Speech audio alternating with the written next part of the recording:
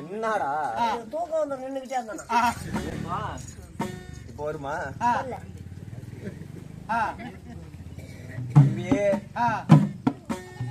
இது என் கோபத்தை தூண்டுவது போல் தெரிகிறது.